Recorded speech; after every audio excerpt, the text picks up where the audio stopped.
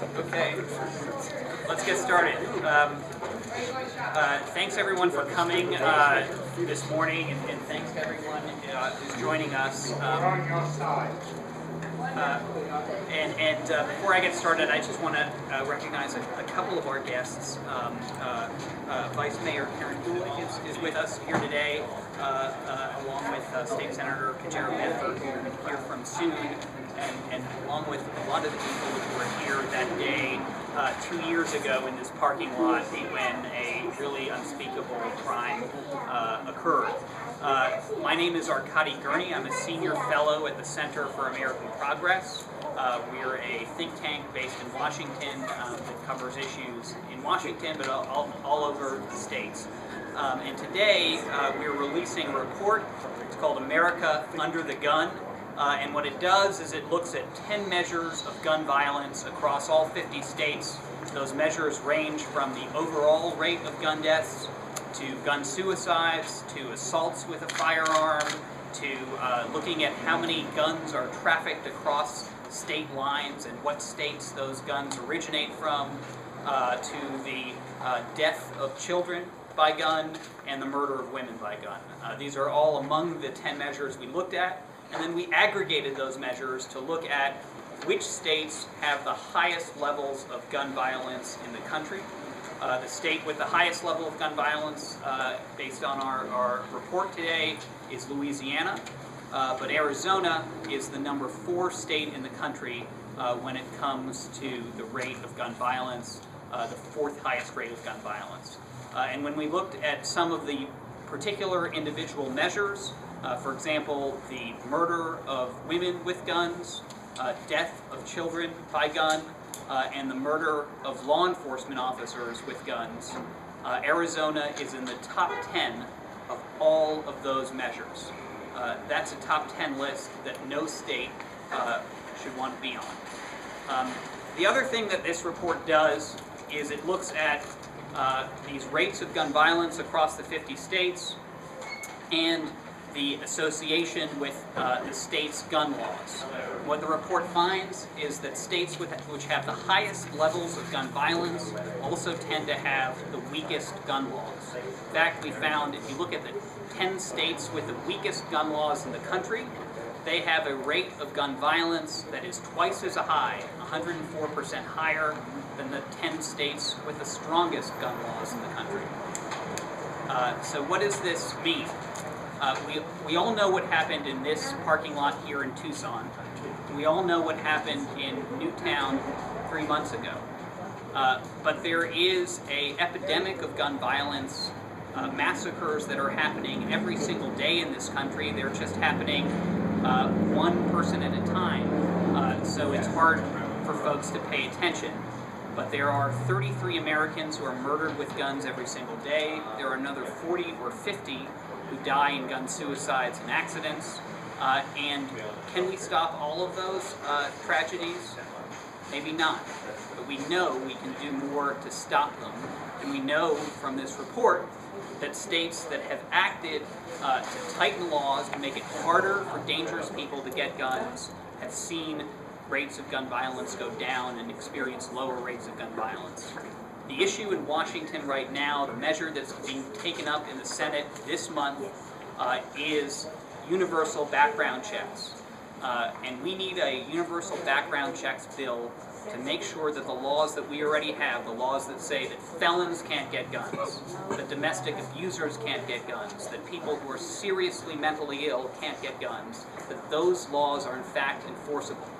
Because having a law against a domestic abuser getting a gun is not a very effective law if that person can go to a gun show, or go online, or go to a parking lot like this one and buy a gun out of the trunk of a car with no questions asked, and use that gun to kill someone.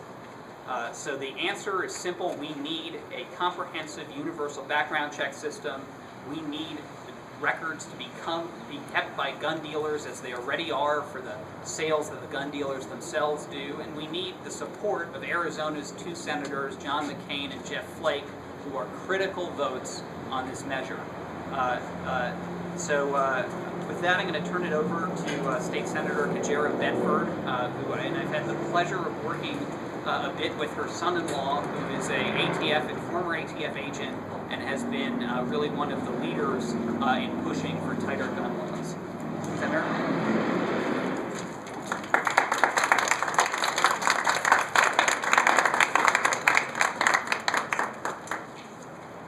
Good morning. I'm State Senator Olivia Cajero Bedford from District 3.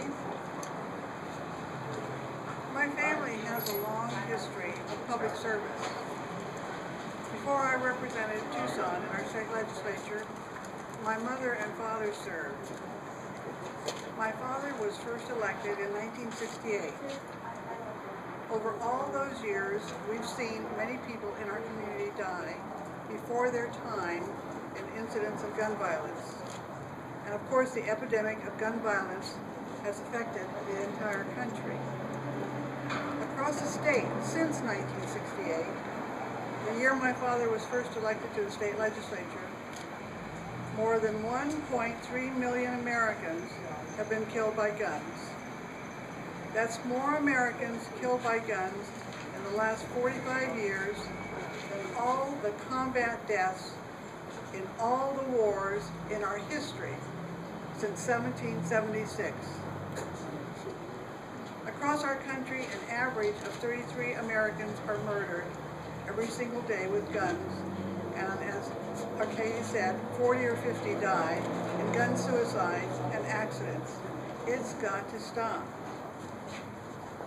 Today's report shows that here in Arizona, we are suffering disproportionately. The report shows that Arizona has the sad, very sad distinction of having the fourth highest level of gun violence of any state in the nation, and that's just unacceptable. The report also shows that states that have stronger gun laws have lower levels of gun violence. So it's time to look at our laws in our state and our nation. Step one is making it harder for dangerous criminals to buy guns. The best research indicates that about 40% of gun transfers every year occur without a background check. That's amazing. 40% of gun transfers every year occur without a background check. That's because an exception in federal law allows unlicensed private sellers to sell guns with no questions asked. The solution is simple. Let's run a check on every gun sale and every gun buyer. I know, that 90% of Arizonans support background checks on all gun sales. And that's an amazing level of support. We ought to pass that law federally. We ought to have universal background checks. And one other point that I wanted to do. And when it comes to children getting killed with guns, women getting murdered with guns, and police officers getting gunned down, Arizona is in the top 10 of all those measures. And that's not a top 10 list any state should want to be in. So I call on our congressional delegation, in particular our two senators, John McCain and Jeff Flake, who will vote this month to pass a universal background check. Thank you.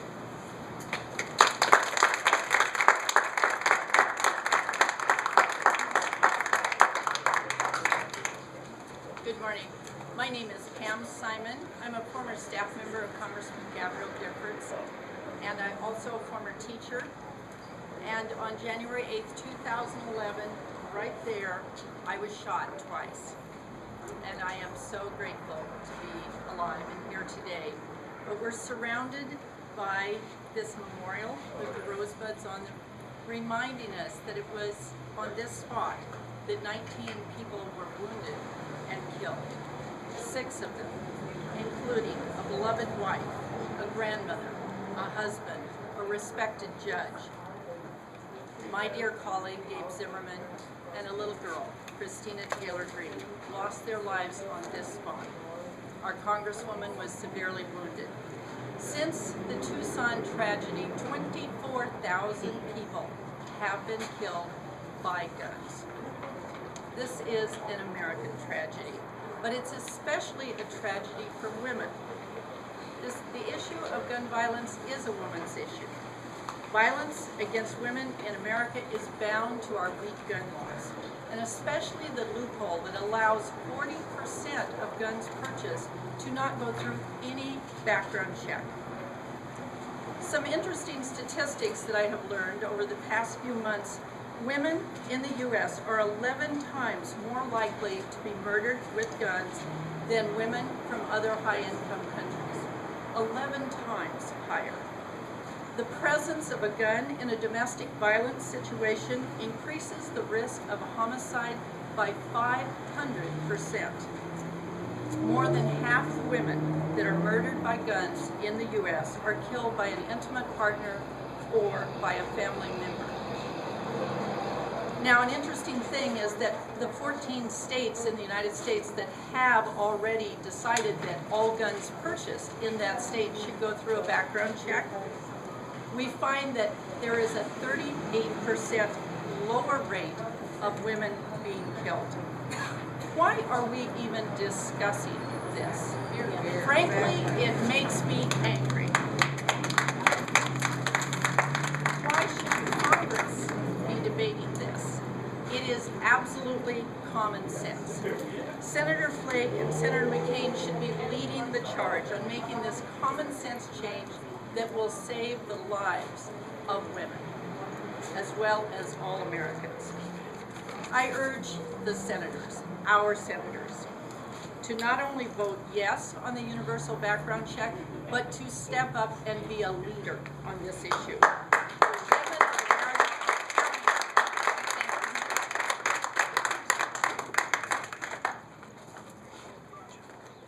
Good morning, my name is Nancy Bowman. I'm a nurse, my husband's a physician, and we were both here at the Safeway when the gunfire went out. I say that I was in the wrong place at the right time, because just by a stroke of fate, I was walking into the Safeway grocery store when the gunman was walking out to start his rampage. And I'll tell you, 30 years of nursing did not prepare me for the carnage that I saw when I walked outside those doors. 6 people instantly killed and dead on the cold sidewalk. 13 others crying for help and wounded. My husband and I went up and down trying to help as many people as we could. So I'm here to tell you that you do not need to be shot to be a victim of gun violence. You just need to be a human in this country. Every time I think that the political process is moving too slow and I don't want to speak out on this anymore because I'm exhausted, Pat Maish over there will take me over and show me the holes that are in the wall right behind you where the bullets penetrated the wall. And she reminds me that I can be a voice because I'm not a murdered victim. I'm not a politician, and this whole political process just totally bumfuzzles me. But I do know that we have an epidemic of gun violence in this country, and it's spreading like a terrible disease. Now just imagine if every day you opened up the newspaper and there was some new mosquito virus that was killing 34 people a day, and tomorrow 34 more people, and the next day 34 more, and 1,000 at the end of the month, and 12,000 at the end of the year. We would all be terrified. We would quarantine ourselves in our house. The CDC would be on a fast track to get a cure. The president would be passing out mosquito nets, and the helicopters would be spraying from shore to shore.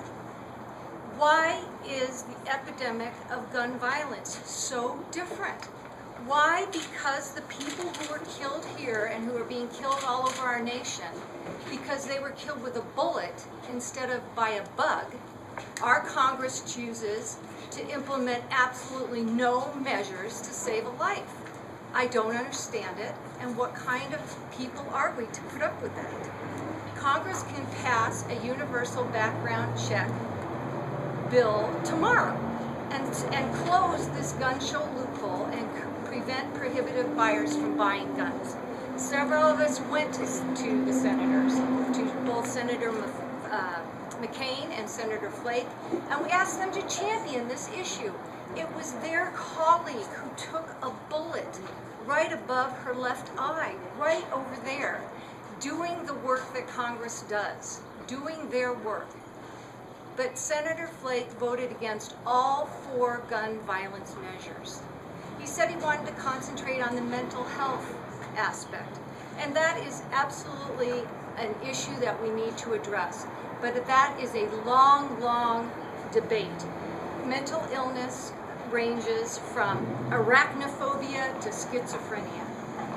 But, you know, be clear that the United States does not have a monopoly on mental illness. Mental illness is in every single corner of the world.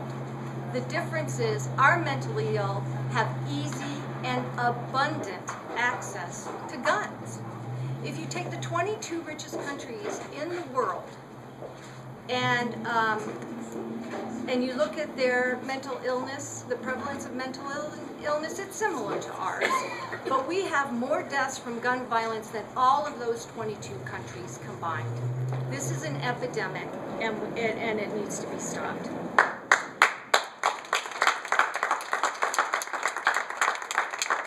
We're smart people. We can come up with a treatment plan for this epidemic. But we cannot allow our elected officials to get in a room and debate their own personal political consequences for passing any gun violence measures. We cannot let them ignore this grounded research that shows that weak gun laws contribute to higher gun deaths. We just cannot tolerate that, and we cannot tolerate our elected officials voting against what 90% of us want. If they vote with the 10%, then shame on them and shame on us for allowing them to do that. If they do vote, if they cannot vote on a simple, non-debatable, universal background check, it will be a national embarrassment.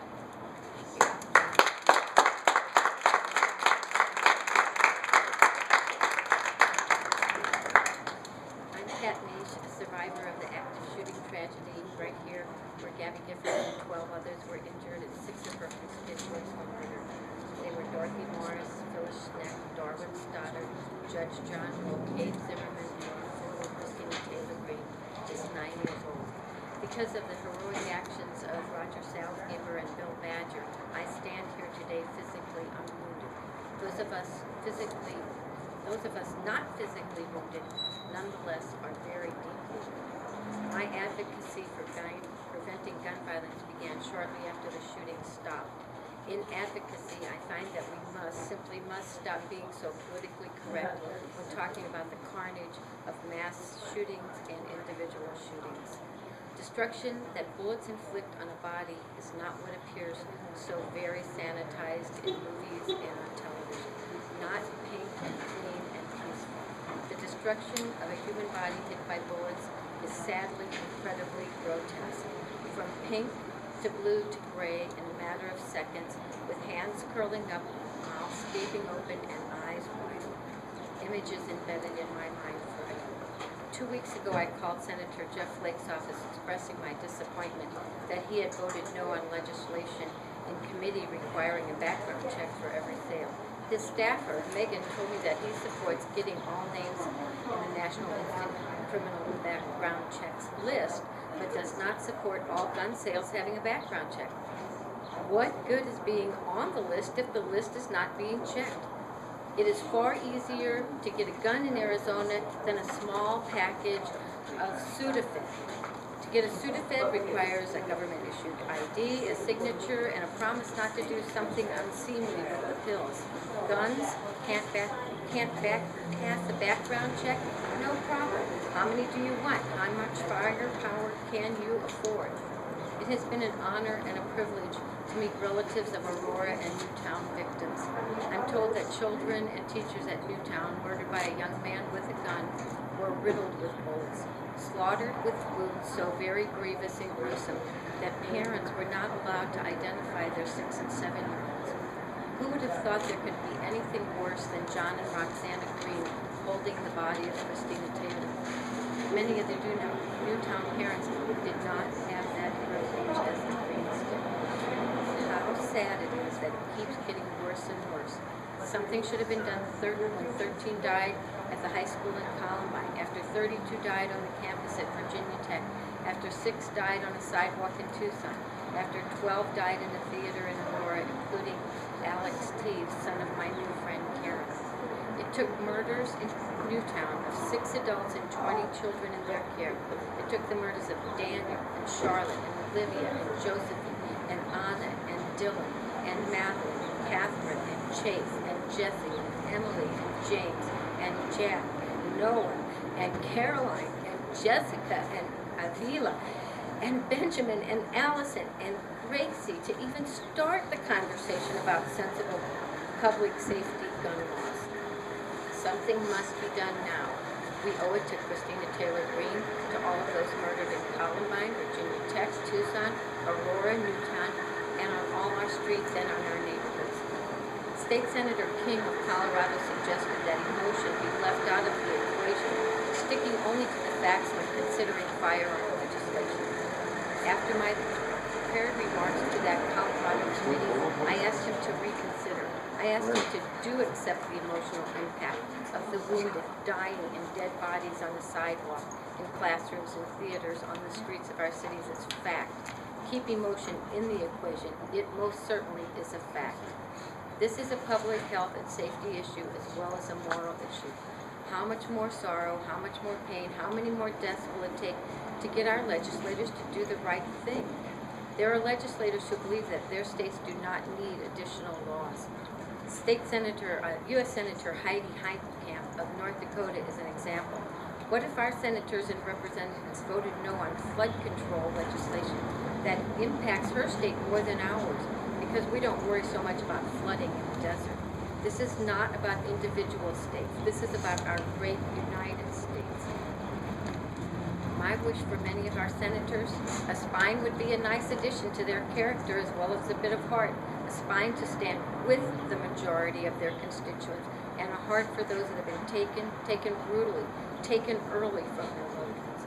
The gun lobby, the gun manufacturers, and the NRA are saturated in the blood of innocents, and many of our legislators have blood on their hands. I suggest they start trying to earn an A rating from their constituents instead of groveling for an A rating and money from the NRA. Thank you.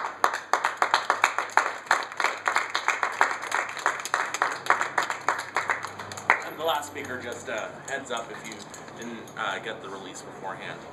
My name is Daniel Hernandez, and I am honored to be joined today by my state senator, Olivia Guerrero Bedford, and the City of Tucson's Vice Mayor, Karen Ulick, and the other women who were talking earlier today about an important issue. We want to thank Mayors Against Illegal Guns for helping coordinate this, and also the Center for American Progress for putting together the data. I'm saddened to be here yet again for what seems like the umpteenth time to talk about something that 90% of Arizonans and 90% of Americans agree. Background checks need to be universal. This is not something that should be negotiable. This is not something that we should be arguing about. When 90% of people in one state and in one country agree about something, it should get done. You know, 90% of people don't agree that the sky is blue and water is clear. So the fact that we get 90% of people to agree that background checks should be universal should be a wake-up call to our senators, John McCain and Jeff Flake. You know, I'd like to thank Arkady Gurney for joining us today and sharing some rather appalling information about the state of Arizona that we have just found out from this report. Things like Arizona's gun death rate is 40% higher than the national average. For every 100,000 people in the state of Arizona, we have 14.6 gun deaths. In the national average, it's 10.3. Somebody is being murdered in Arizona almost every day because of guns. From 2001 through 2010, 3,003 people were killed with guns in Arizona. That number is almost double all of the combat deaths in Afghanistan. Women are more likely at risk of being killed by a domestic dispute with a gun in Arizona than almost anywhere in the country. You know, we're talking about two vulnerable populations, women and children here in the state of Arizona. Both women and children gun deaths are in the top 10 in the country. And women particularly have the 8th highest rate of death when killed by men, many of whom were people that were close, intimate folks to them. You know, Arizona has received an abysmal gun safety rating, weak gun laws that have been putting Arizonans at risk. The Law Center to Prevent Gun Violence gave Arizona an F and ranked us 49th out of 50th. And in 2011, we saw what happens when we have people who are committed to causing harm and damage. You know, we're standing here at the site of the Safeway where 2 years ago, one gunman was able to, with a semi-automatic Glock with an extended magazine, murder 6 people and injure 13 others. So when we're talking about background checks, and we know that 90% of people agree that background checks are something that we need to do to prevent the deaths of all Arizonans, but particularly women and children, we say, okay, what kind of inconvenience would it cause if we had everyone go through a licensed gun dealer? And we got the numbers of how many licensed gun dealers we have in Arizona. And in the state of Arizona, there are currently 1,277 licensed gun dealers. That means that there are 4.9 times the number of gun dealers in Arizona than post offices. That means that there are 4.6 times the number of licensed gun dealers than McDonald's in the state of Arizona. So that means that 96.1% of our population here in the state of Arizona lives within 10 miles of a licensed gun dealer, even in rural parts of the state. So to say that people cannot go these 10 miles to prevent deaths is something that I think is highly appalling. You know, but it's not just about making sure that this background check is something that is being done and implemented. We need to make sure that it's completely universal and that all the things are being reported. The thing that happens when we talk about women and domestic violence is if a man has received a restraining order and with the current system is unable to go and buy a gun at a licensed gun dealer because he's a prohibited buyer, if he goes online or if he goes to a gun show, he can purchase them and use the loopholes which currently exist in laws where he's able to buy them without a background check even though he's on the prohibited buyers list. So in closing, I think the fact that we are here for yet another press conference, another fact revelation that we are among the worst states in the country when it comes to gun violence is so sad to me and so sad to so many of the other people here that are joining me today. We need to do more. We need to demand action. We need to demand Senator Flake and Senator McCain support the background checks when they come up in the U.S. Senate in the next couple of weeks. And we ask that everyone visit the website demandaction.org and sign the petition asking on both of our senators to support that. And we'll close it now for any questions.